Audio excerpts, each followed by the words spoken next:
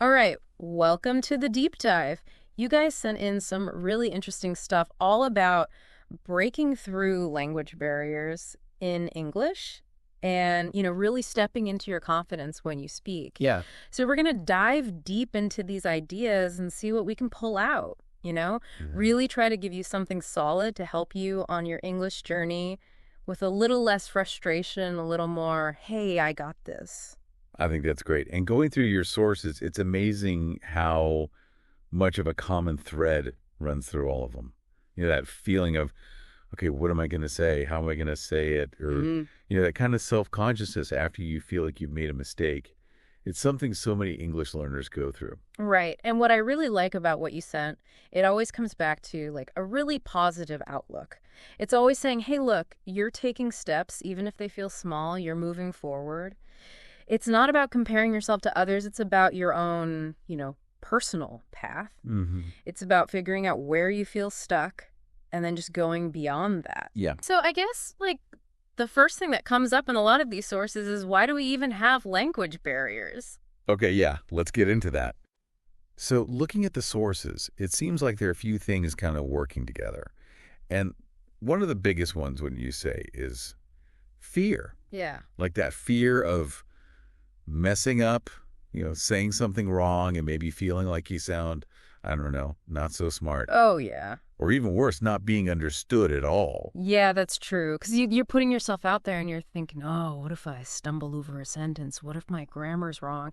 It can be really, really scary. Yeah, it is. But one thing that these sources really make clear is that making mistakes, it's not just normal, it's actually like how we learn. It's Yeah. part of the process. Even native English speakers, I mean, nobody's perfect. Right, yeah. And language is always changing, so we all make mistakes sometimes. I love that these sources call them, was it stepping stones? Like, every time you make a mistake, even if it doesn't feel good in the moment, you're learning something. Yeah, You're figuring out, like, okay, maybe this needs a bit more work. right, It's exactly. all part of the journey. And it's not just about like the technical stuff either, right? I mean, there's a whole emotional side to this. Feeling insecure, maybe comparing yourself to others, thinking, why am I not getting this faster? I mean, you actually touched on this earlier, didn't you? Yeah, I did. And I think the sources are spot on when they talk about that tendency to compare yourself. We all do it.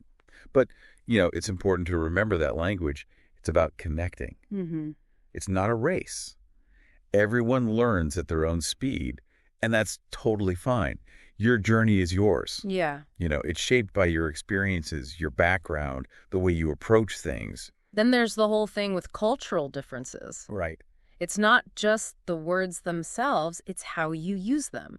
The expressions, the body language, those little things that can be different from culture to culture. Yeah, yeah. And I think that's where the idea of like really immersing yourself in the language comes in. Mm-hmm. The sources talk about that a lot. When you really experience English in different real world situations, those little cultural nuances, they start to make sense. Mm-hmm. You pick them up naturally. It's like you absorb the whole package, not just the words on their own. Yeah. Like, for example, in some cultures, being really direct with a no can seem rude. People use softer ways to disagree. Mm-hmm. And paying attention to those kinds of things can really help. Absolutely. And then we can't forget the practical challenges. Mm. Like, if you're learning English in a place where it's not spoken much, just finding chances to practice can be tough. Yeah. You might feel like you're not getting enough exposure to real, natural English. It's a valid concern. Mm-hmm. And the sources actually have some good tips for that. Mm-hmm. Like seeking out English language, movies, podcasts, online communities where people chat in English, even things like language exchange programs. The main idea is even if English isn't all around you every day, you can create those opportunities for yourself. Absolutely. And I think the last thing that comes up a lot is this pressure to be perfect. Oh, yeah.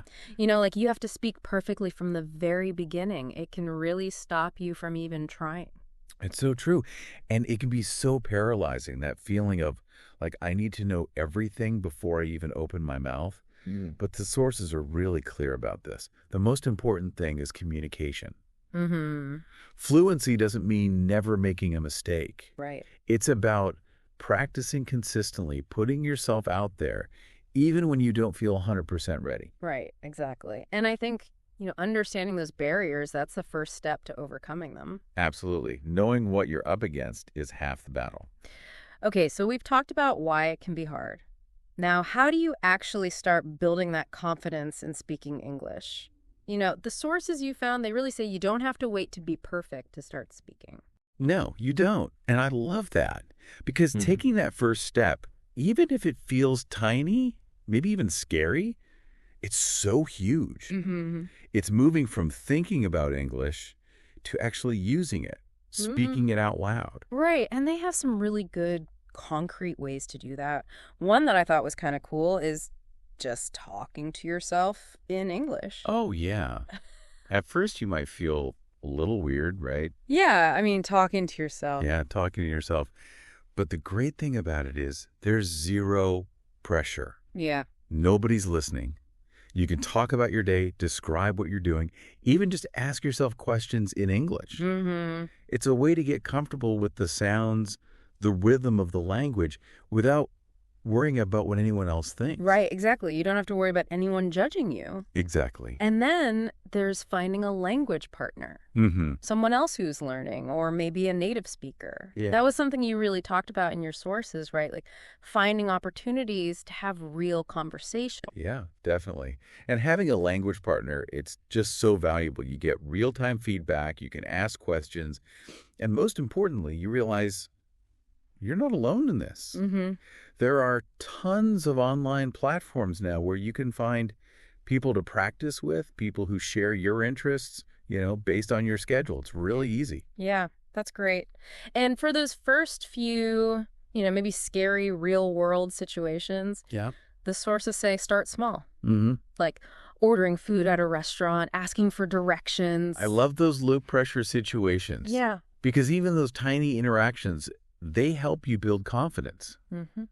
Each time you do it, you realize, hey, I can communicate, I can get my point across, and that little bit of anxiety starts to fade away. Right, exactly. And one thing that these sources emphasize over and over is that you don't have to be confident to start speaking. The confidence actually comes from speaking. I love that. It's like a cycle. Yeah. The more you speak, the more comfortable you get, and the more confident you become. And it's really important to be kind to yourself, throughout this process. Oh, yeah. Self-compassion, it's so important. Yeah. Language learning can feel vulnerable. You're putting yourself out there. And there will be times when it's tough, when you get frustrated. So being patient with yourself, understanding that it takes time, it's crucial for staying motivated, for not giving up. So really, it's not get confident, then speak. It's speak and the confidence will come. Exactly. Action creates confidence. Okay, so you've started speaking. You're putting yourself out there, which is amazing. Now, what happens when inevitably you make a mistake? The sources have a lot to say about this, and it's really about changing how we think about errors. Yeah, it's a total shift in mindset. Instead of seeing mistakes as like failures or something to be avoided, the sources really encourage us to see them as opportunities to learn. It's about moving away from that negative feeling and realizing that mistakes, they're actually valuable. They help us grow. Right. I mean, for so many of us, it's like ingrained in us that making a mistake is a bad thing. But these sources are like, wait a minute, even really good speakers, even native speakers, make mistakes all the time. Yeah, exactly. We all do. Nobody's perfect. And the goal isn't to be perfect. It's to communicate, to get your ideas across. And even with small grammar mistakes, or if you pronounce a word a little wrong, people usually understand what you're trying to say. Yeah, and the sources talk about how those mistakes actually give you really useful feedback. Like they show you where you need to focus your attention. Exactly. They're like little signs pointing you in the right direction. Yeah. So let's say you keep making the same grammar mistake, or you struggle with a particular verb tense. Those repeated errors, they're telling you, hey, maybe I need to review this. Maybe there's a gap in my understanding. And they also show you how much you're learning. And again, self-compassion is so important here. It's totally normal to feel a bit embarrassed when you make a mistake. Oh, yeah. But those feelings shouldn't stop you from speaking. Exactly. Feel the embarrassment, figure out what went wrong, and then just keep going. Don't let it hold you back. And it was interesting, some of the sources even talked about how even fluent public figures sometimes make mistakes when they speak. Yeah, they do. And it just shows you that making mistakes, it doesn't mean you're not fluent. Mm-hmm. It doesn't stop you from connecting with people. It's about the overall ability to express yourself, right? Exactly. It's about being able to share your thoughts, your ideas, and have meaningful conversations, even if there are a few bumps along the way. And there was this really cool suggestion in the sources about learning from other people's mistakes. Oh, yeah, I'd love that one. Like observing how other people correct themselves when they're speaking, it kind of normalizes the experience. It does. When you see other people, even really good speakers, making little mistakes and then fixing them, it takes the pressure off. Yeah. It shows you that it's a normal part of communication. So the big takeaway here is to not be afraid of mistakes, to embrace them, figure out what you can learn from them, and use that to keep improving. Exactly. Mistakes, they're not the enemy. They're your friends. They're your teachers. All right, so now let's talk about vocabulary. Because obviously a big part of becoming more confident and fluent is knowing more words and being comfortable using them. Absolutely. Yeah. A strong vocabulary is like the foundation of good communication. The more words you know, the more you can express. It opens up so many possibilities. But one thing the sources make really clear, and I think this is important, you don't have to learn every single word in the English language. Oh my goodness, no. That would be impossible and unnecessary, really. Yeah. It's much more practical to focus on the words that you'll actually use the most, like the words that come up in everyday conversations. Right, exactly. For example, learning the top 1,000 or 2,000 most common words, that'll give you a huge boost in your ability to communicate. Yeah, that's a good point. And there are lots of resources out there that can help you with that. Frequency lists, vocabulary apps, lots of options. And it's not just about memorizing lists of words, right? The sources talk about how important it is to learn vocabulary in context. Oh, yeah, definitely. When you learn new words as part of sentences, phrases, in real life situations, it just sticks with you better. You understand how those words are actually used. Their nuances, their little shades of meaning. And of course, consistent practice is key. Oh, absolutely. You have to use the words you learn over and over again. That's how they become part of your active vocabulary. The words you can easily recall and use when you're speaking. And that's a big part of fluency, right? Yeah, exactly. It's not just about knowing a lot of words. It's about being able to access them quickly and smoothly when you need them. So it's about practice, practice, practice. Practice makes progress. That's the key. Now, I know we've talked a lot about speaking, but the sources you shared also emphasize listening and observing, like really paying attention to how other people use the English language. Yeah, listening is such a crucial skill. And it's more than just hearing the words. It's about understanding how people use them, the flow of the conversation, the pauses, the intonation, all those things. They can change the meaning of what someone's saying. And they also talk about paying attention to the speaker's tone of voice and their body language. Right, because communication, it's not just about the words, it's the whole package. The tone of voice, the facial expressions, the gestures, they all add layers of meaning. Yeah, and the sources encourage you to kind of learn from fluent English speakers. Notice what words they use in different situations, how they respond to questions, even how they keep the conversation flowing smoothly. Exactly. It's like you can pick up so much by just observing how they do it, and then you can try those things out yourself. It's kind of like becoming a language detective, right? I love that analogy. You're right. It is. You're observing, you're gathering clues, you're figuring out how to use the language effectively. Now, to help you stay on track and keep that motivation going, the sources talk a lot about setting realistic goals. Goals are so important. Yeah. It's easy to get discouraged if you're just aiming for this vague idea of fluency. But when you set clear, achievable goals, both short-term and long-term, It gives you something concrete to work towards. It Mm, breaks down that big, overwhelming goal of learning English into smaller steps. right. Like instead of saying, I want to improve my English, you could say, this week, I'm going to learn 10 new words related to my hobby.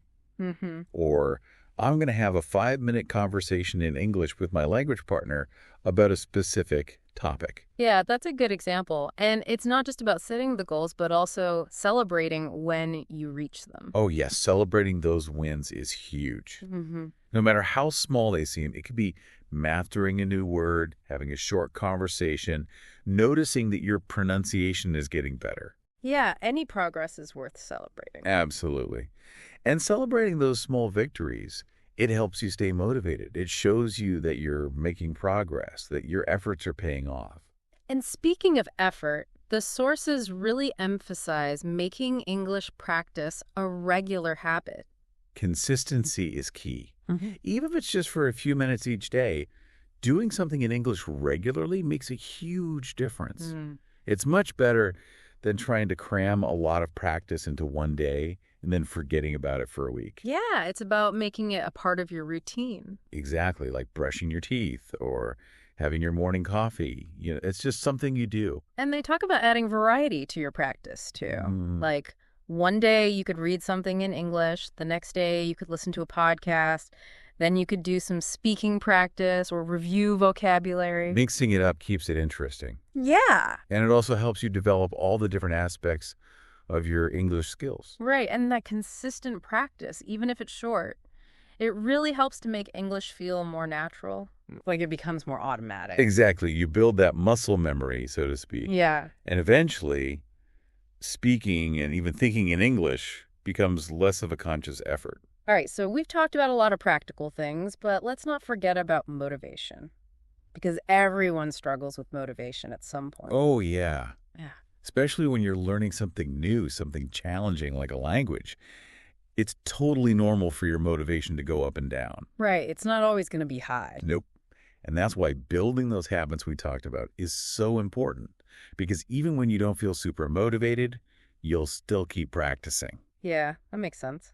But the sources do offer some good tips for staying motivated. They do. And one of them is revisiting those goals we talked about. Mm-hmm. Having those clear, achievable goals helps to give you direction and purpose. It does. And breaking those big goals down into smaller steps, it makes it all feel less overwhelming. Right. And remembering to celebrate your progress, even the small wins. Yes. Celebrating is so important. It helps you appreciate how far you've come and keeps you going. And there was this suggestion to make learning more fun, to try to connect English with your hobbies and interests. I love that one. Yeah. Because when you enjoy something, you're more likely to stick with it. Mm-hmm. So if you love movies, watch English language movies. Yeah. If you love reading, read English books. Listen to English music. Find ways to make it enjoyable. Exactly. Make it a part of your life, not just something you have to do. And then there's the idea of community. Oh, yeah. Community is so important. Yeah. Connecting with other English learners, supporting each other, sharing your experiences. It makes a huge difference.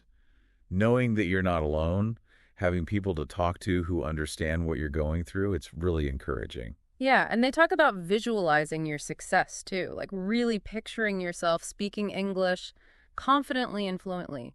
Visualization is a powerful tool. It can help you believe in yourself and stay focused on your goals. Yeah. And finally, they emphasize the importance of patience. You know, learning a language takes time. It does. It's a journey, not a race. Right. And there will be times when you feel stuck, when you don't seem to be making progress. Mm-hmm. But it's important to trust the process. Yeah. To keep going, keep practicing, and know that eventually you'll get there. So staying motivated, it's not just about waiting for inspiration to strike. Nope. It's about actively creating a positive and supportive environment for yourself. Exactly. It's about setting goals, celebrating your wins, finding ways to make learning enjoyable, connecting with others, and having that belief in yourself. All right. Well, as we wrap up this deep dive, I think the big takeaway is that building confidence in English, It's not something magical. Hmm. It's something you build through effort, through practice, through seeing mistakes as opportunities to learn. And through celebrating every step you take forward. Exactly. The sources you shared, they really emphasize that you have the power to overcome these challenges. You do? It's about persistence, about embracing the learning process and believing in yourself. And it's really important to remember that everyone's journey is different. Mm. There's no right or wrong way to learn a language. Your progress is your own, and that's something to be proud of. Absolutely. Don't compare yourself to others. Focus on your own journey, your own goals, your own wins. So really, it comes down to action, to belief in yourself, and to consistent practice. Mm-hmm. And with that, achieving fluency and confidence in English is definitely within your reach. It is. Keep going, keep practicing, and trust the process. And on that note, here's one final thought for you to consider. Think back to the very first time you wanted to learn English. Mm-hmm. What sparked that desire in you? What was that initial motivation? And look how far you've come since then. Mm-hmm. Maybe that original spark, that why, is the most powerful tool you have. I think you're right. Thanks for joining us on the Deep Dive. It was great to be here.